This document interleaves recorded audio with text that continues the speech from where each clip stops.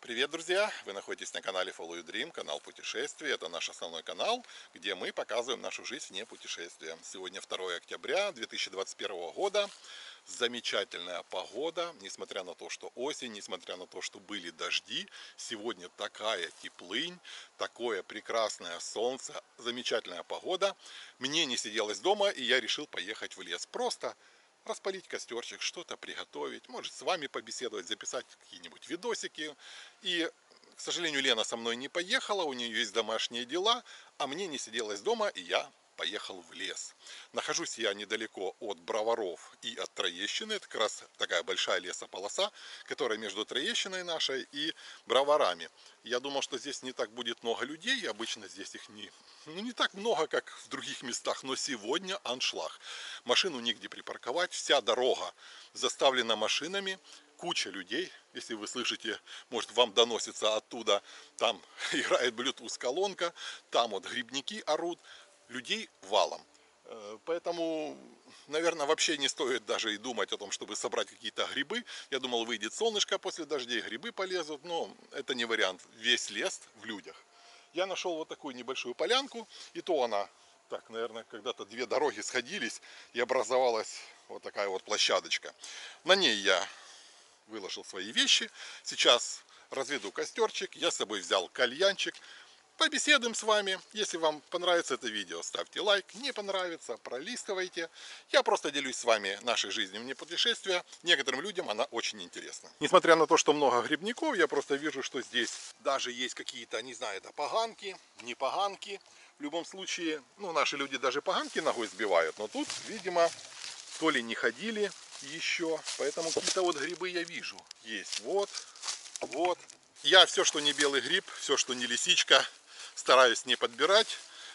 Максимум могу взять гриб, который с обратной стороны имеет мочалку, а не какую-нибудь там решетку или зонтик. Я даже не буду пытаться искать эти грибы, хотя изначально думал, может пройтись там пару километров. Понимаю, что это бесполезное дело. Смотрите, какое у меня шикарное место. На самом деле это не полянка, это такой как перекресток трех дорог, которые сводятся здесь. Эта дорога совсем заросла, я тут поставил машину, тут никто не будет ездить. Здесь, возможно, кто-то ездит, хотя, видите, опять же, уже листва начинает закрывать эту дорогу, поэтому она не сильно проездная. И вот эта дорожка уходит дальше, для того, чтобы никому не мешать. Вещи мои будут лежать здесь.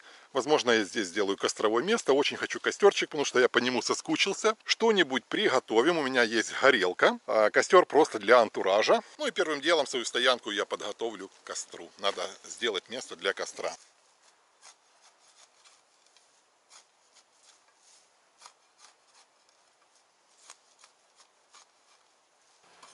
Все, мне такой вот ямки хватит. Для розжига можно взять близлежащую траву. Она влажновата немного. Думаю, загорится.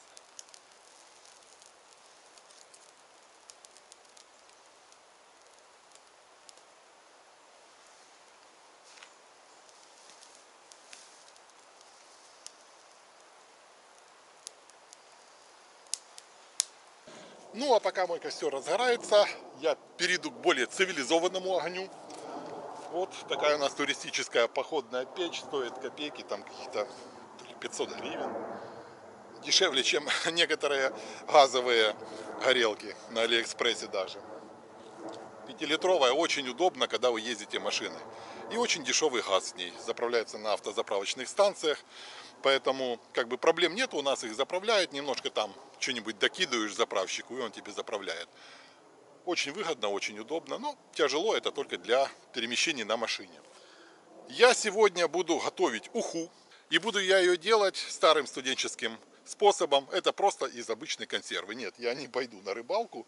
Я купил сардину, самую обычную, самую дешевую, и проверю, насколько будет вкусный супец. Но дело в том, что на природе все очень вкусное, поэтому я даже в этом не сомневаюсь. Готовить я буду в нашем новом котелке, который вот с таким теплоотдатчиком, теплообменником. У меня есть морковка. Я с собой взял на всякий случай 2 яйца. Не знаю для чего. Тут еще остатки былого счастья от чая. Сейчас надо будет промыть котелок. С теплообменником гораздо быстрее все готовится. И 2 литра отличный объем. Взял с собой картошки, взял с собой морковки, лука. Вначале надо будет сделать поджарочку. Есть вермишель. У меня будет картошка, вермишель, поджарка и консерва.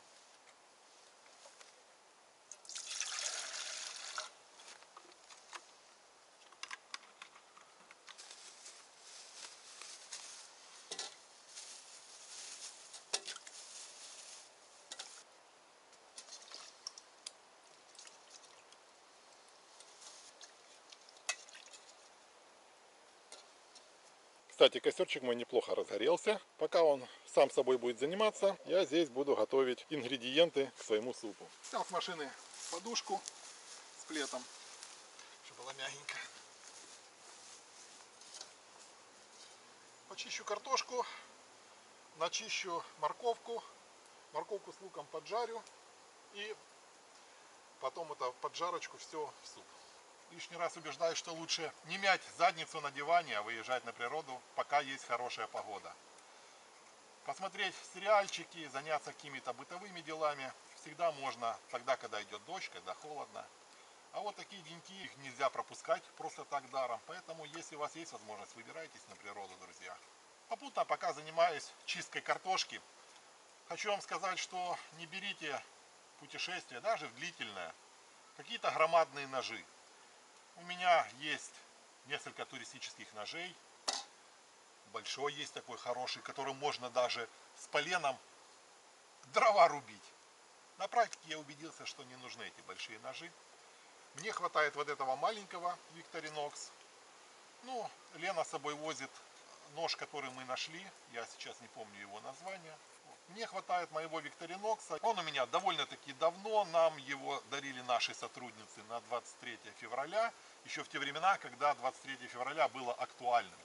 Так что можете представить, сколько ему лет. При этом я его ни разу не точил. Он все так же актуально острый.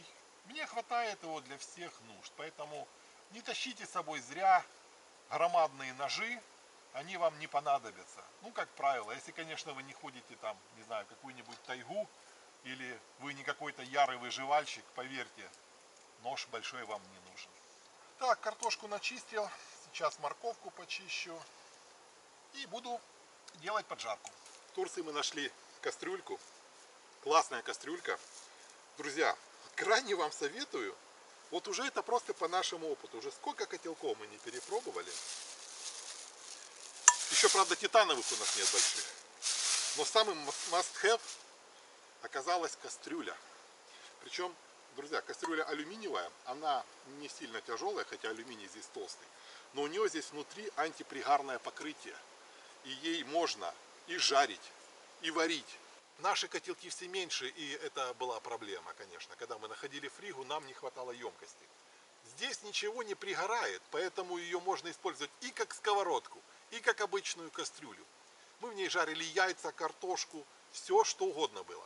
Хвост и в гриву ее использовали на огне. Вы знаете, мы с собой брали печку-щепочницу на сильном огне. Да, мы ее поцарапали немного, антипригарное покрытие, потому что у нас не было, ну, не соответствующие там ложек и так далее. Мы металлом шкрябали и сюда вовнутрь ложили всякие металлические нашу печку-щепочницу, которую тут немножко поцарапала и сдерла антипригарное покрытие. Но при этом она работает отлично. Я сколько искал хороший котелок, чтобы он... Ну, давайте, друзья, говорить откровенно. Титан это хорошо, очень дорого, это очень легко. Но, блин, к нему все пристает. У меня нет титановой посуды, но я имел дело, и как бы у друзей моих есть, поэтому я видел титановую посуду. К ней все пристает. На ней вот титановая сковородка, это вообще, считаю, деньги, выкинутые на ветер. К ней пристает хуже, чем к алюминию, даже который без анодирования. А здесь ничего не пристает. Поэтому для нас это была такая находка, и теперь это будет наш основной котелок. Я в нем сейчас буду все жарить, делать поджарку. Так что, друзья, если вы ищете себе котелок, не ломайте голову, найдите кастрюлю, а еще лучше, если у вас есть такая дома. Но, конечно же, лучше с антипригарным покрытием, потому что тогда, наверное, нет смысла тягать кастрюлю. Так, ну что, то, что я почистил, перекладываю пока сюда. Шкорки выброшу, помою котелок, его подготовлю.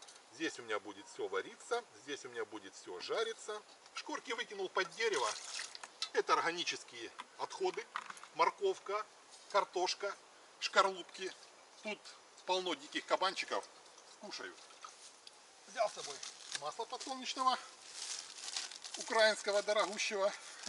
Дело в том, что в Турции наше украинское масло дешевле, чем оно у нас здесь в Украине. Парадокс.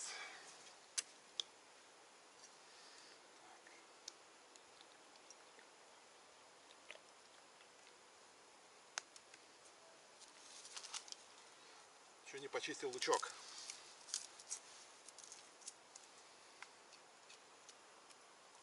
Лучок органический мусор. Ничего страшного, если бросать его куда-нибудь под дерево. Очень удобная вещь.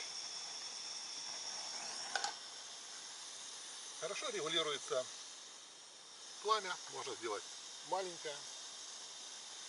Так. Что? Нарезаю морковку колечками. Очень устойчиво посуда стоит. Вообще классная. Для путешествий на машине. Это горелка и дешевая, и газ к ней дешевый. В общем, кто занимается автопутешествиями, крайне рекомендую. Да и так, если, знаете, выходить куда-то недалеко от дома, что-то приготовить, чтобы не заморачиваться там с мангалом, с костром. Турки все так и выходят, все на пляж выходят вот с такими горелками. Чай подогревают, еду какую-то. Турки вообще молодцы, целыми семьями собираются, целыми дворами, аулами, баулами. В этом плане, конечно, у них более организовано. В плане того, что очень много людей выходят на природу. У нас сегодня тоже очень много людей выехало. Да, было бы у нас море, было бы вообще классно. Так, ну что, я буду обжаривать. Конечно, до готовности надо, чтобы морковка немножко хотя бы прожарилась. Но лук до золотистости, а уже потом, в случае чего, морковка доварится в самой ухе. У меня какие-то большие лохмотья получается морковки, но ничего. Многие не любят морковку в супе. Я как-то отношусь к этому более нейтрально. Не скажу, что она мне очень нравится. Ну и, в принципе, пусть будет.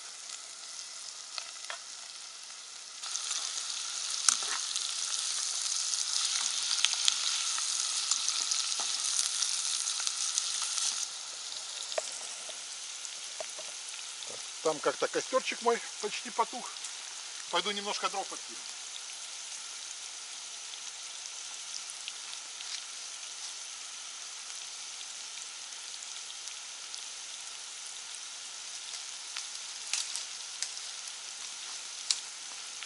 Дрова прямо рядом, в любом количестве. Правда, некоторые сыроваты после дождей. Ну ничего.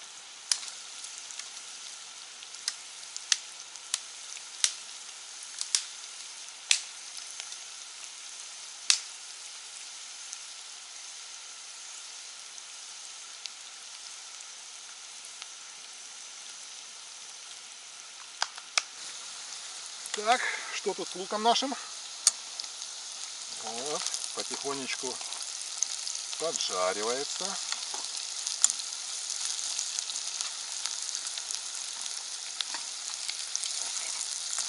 Очень хорошо, что здесь можно регулировать газ. Я включил очень маленький огонь, поэтому даже уходя за дровами, как видите, ничего не пригорело. Ничего не пристало, но к этой кастрюле сковородки ничего не пристает.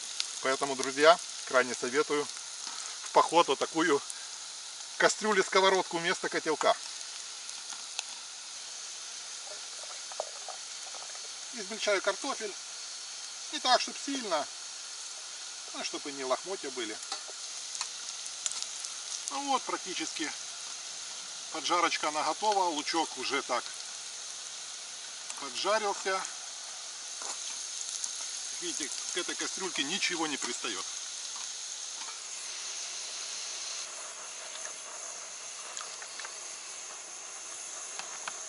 чтобы газ зря не горел, ставлю картошку на огонь. Прямо буду ее сюда дорезать. Какие-то вот травинки попали. Ну, на природе без этого никак. Нам главное что? Чтобы сварилась картошка, потому что все остальные ингредиенты у нас уже практически готовы. Поджарка готова. А скумбрия, она уже в готовом виде, ее только бросить. И чтобы она вместе закипела, пропиталась, как говорит наш друг Володя, чтобы все ингредиенты поженились. Пусть наша картошечка варится. Закрываем крышкой для быстрого закипания. Котелок с радиатором, конечно, тоже классная вещь, но его нельзя использовать на огне. Если вы начнете его использовать на огне, на печке-щипочнице, у вас вот эти радиаторы забьются сажей. И они будут как войлок. Поэтому это уже будет не радиатор, а это будет, ну, от него эффекта будет уже не так много, как он есть, когда он чистый. Либо же придется каким-то образом чистить. Я думаю, можно и поджарку уже бросать. В любом случае, а что случится? Да ничего не случится. Заодно морковка потихоньку проварится. Вот. Высыпаю сюда всю прожарку вместе с маслом, который есть, будет зажаристей. В принципе, в лесу уже такой супчик. Картошка, вода, лук, морковка, уже его можно есть. Но если сюда еще добавить вермишели, а она у меня есть, уже готовый суп. А у меня будет уха. Я думаю, что многие скажут, в ухе не должно быть вермишели. А, возможно. Но вот я хочу с вермишелью. Так, поскольку у меня этот котелок будет занят ухой, а я-то хочу еще кофе себе сделать. А здесь жирный котелок, надо его будет протереть. Простой бумажной салфеткой. Также хочу сказать, что кастрюля с антипригарным покрытием очень хорошо вытирается. Настолько в ней все скользит. Во-первых, ничего не прилипло. Поэтому вытираете насухо, и у вас будет чистый котелок, готовый к приготовлению чая и кофе. Это в огонь.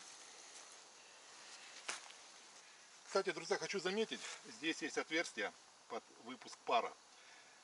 Крышка хорошо плотно садится, и она еще делает дополнительный эффект, как скороварки. Не выплескивается сама жидкость, при этом все гораздо быстрее варится. Картошка уже почти, в принципе, сварилась. Но она такая еще аль денте. Но в целом, я думаю, что пару-тройку минут она будет готова. Думаю, стоит сыпнуть жменю вермишели. Я вот только жменьку, не больше. Просто чтобы он был тоже с таким небольшим мучным вкусом. С такой консистенцией мучной. Опять же, вермишель это какой-никакой наедок, хоть и вредные углеводы. Хорошо, когда ты на машине и у тебя есть консервный нож в ней. Не нужно будет мучиться ножом.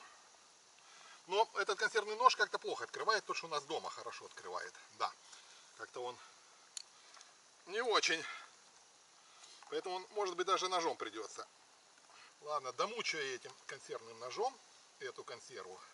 Ну, тут вот такие кусочки. В принципе, они небольшие. Ну, как для дешевой юшки.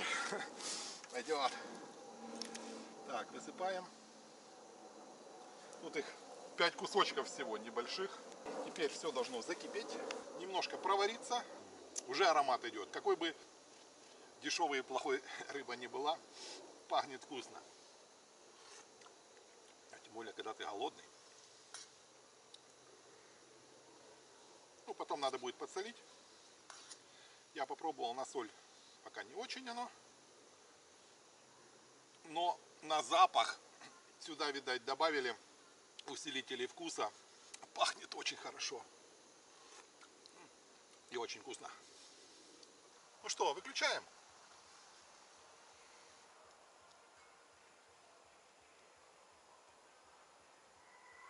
Не знаю, вам слышно или нет, там танцы, пляски происходят. Весь лес, лес громадный, но пустых мест нет.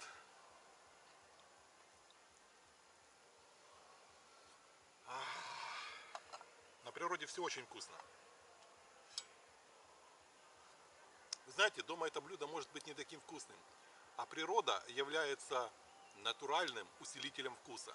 Любое блюдо на природе даже не очень вкусное становится очень вкусным. А этот супчик, или не знаю, как его назвать, уха. Ну, конечно, это не классическая уха. Сюда бы укропчика добавить. Для того, чтобы перекусить в лесу или где-то в каком-то походе. Это очень дешево. Ну, для нас это актуально, чтобы было дешево. И очень вкусно, сытно. Если будете на природе, захватите с собой банку консервы сардины. Она недорого стоит. Картошечку, лучок, морковку. Вермишель даже не обязательно брать. Может, какую-то крупу. Кто что добавляет. Можно гречку добавить для вкуса. Это будет уже не классическая уха, это будет такой рыбный суп. Жалко, сейчас еще технологии не передают вкус. Может быть, когда-то в будущем будет, но поверьте, очень вкусно. У меня еще есть с собой батон. С батоном будет вообще вкусняшка.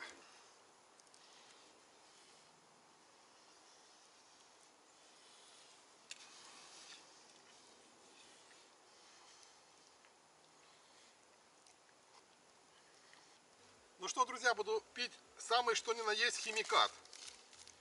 Nescafé Gold в пакетах. Думаю, пару пакетиков сюда. Так. На такую емкость. Химикатный сахар. Очень вредный. Штучки 4. Химикатные сливки. Тоже сюда. Ну и спросите, зачем такое пить? А мне нравится. Сливок чуть побольше. Сливки вестимо из Турции. Очень вкусные. В отличие от нашего там сухого молока, сухих сливок. Вообще обалденные. И вкус имеют такой, знаете, именно вот сливочный. Понимаю, что это все химия. Что там работают усилители всякие вкуса. А не само молоко. Ничего натурального там нету. Но, друзья, мне такое нравится. Мошки падают. Ничего. Будет кофе с мясом. Ну что, друзья, вечер. Возвращаюсь домой. Залил костер водой из кальяна. Забрал свой мусор, чужой мусор, как обычно. Не знаю, насколько вам понравился такой формат. Вот, я буду продолжать снимать. Просто даже так для себя. Если вам нравится, ставьте лайк. Не нравится, ставьте дизлайк.